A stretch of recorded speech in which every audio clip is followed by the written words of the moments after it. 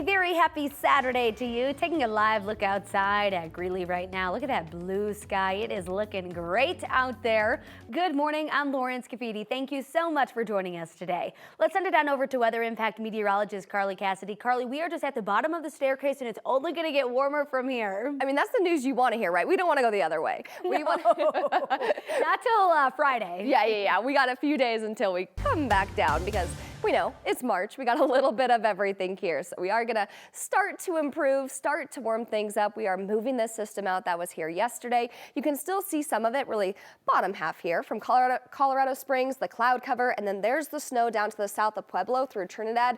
Still have a winter weather advisory and winter storm warning in place until 11 o'clock. Not too much more of that heavier snow, but of course we have the snow, some gusty winds, some slick spots on the roads. So definitely be careful as you are headed out over the next couple of hours.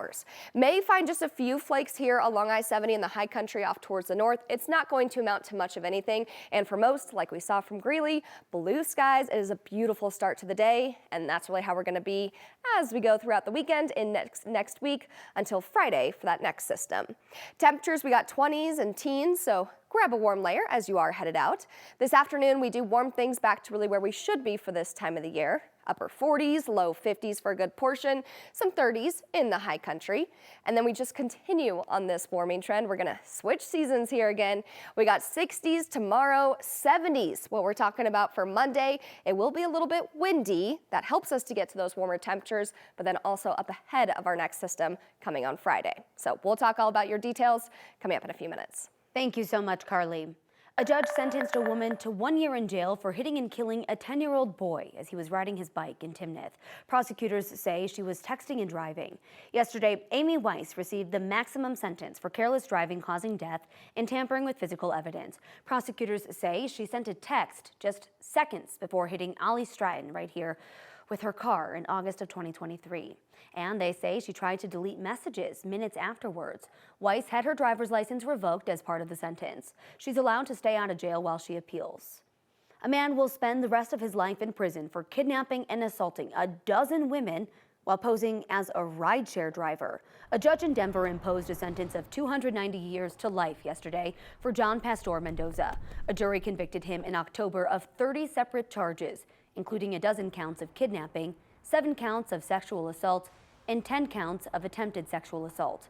The attacks happened between 2018 and 2022. Afterward, some of the women who were attacked spoke about facing him in court and fighting the feeling they did something wrong that led to the assaults.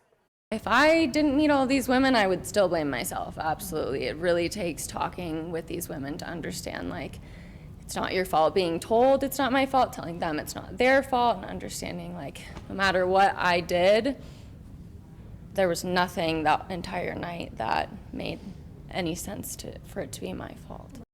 Pastor Mendoza broke down while delivering his statement to the judge and wept as his father spoke. But when the women who survived his attacks talked about the impact on their lives, he stared across the room, showing no emotion. Loveland police investigating another attack on a Tesla dealership. This time, someone started a fire outside of the building while some people were inside. Police are looking for whoever is responsible. 9 News reporter Ria Jha explains how this string of attacks in Loveland is part of a growing national trend. There's a broader national issue going on right now, and this is affecting many businesses across the country. Just this week, someone shot through the windows of a Tesla dealership in Oregon, and in Massachusetts, an entire Tesla supercharging station went up in flames. A little after midnight, we had a call for a fire at the Tesla dealership. So Loveland Police Chief Tim Duran isn't surprised someone tried throwing a fire-starting device inside the city's dealership. One of our officers was able to respond in less than 2 minutes and get a fire extinguisher out of his vehicle in time to put the fire out before too much damage had occurred. Thankfully, the cleaning crew inside was safe, but police say the building and several vehicles had some damage. It appeared to be cleaned up by the time we got there. What would appear rocks were thrown at the window, and our theory is that the individual tried to break the glass. This is only the most recent incident. It's actually the 5th time in the last 5 weeks this dealership has been targeted. Yeah, this is a string. We've already added additional patrols in the area. The other incidents included offensive graffiti and even Molotov cocktails. This last one, there's nothing to indicate that it was the same individual. Last month, police arrested 40-year-old Lucy Grace Nelson in connection with one of the February incidents, but she was recently let go without having to post bail. In a press release, Chief Duran said he, quote, couldn't be more disappointed with the decision. Obviously, it's very troubling that there is a risk to the community. For police, it's about more than catching the suspect. It's about making sure this doesn't happen again. Significant repercussions for lawlessness is what I would want in all these instances. In Loveland, Ria Jha, 9 News. The Trump administration is deciding whether to permanently make cuts to some free election security resources. That has one county clerk here in Colorado, who is a Republican, pretty nervous. The Cybersecurity and Infrastructure Security Agency is within the Department of Homeland Security. It started funding programs like free security testing of election machines and help with websites that report election results during President Trump's first term. DHS says it's now paused all election security activities. NBC News says it's expected to make a decision soon on whether to make that permanent.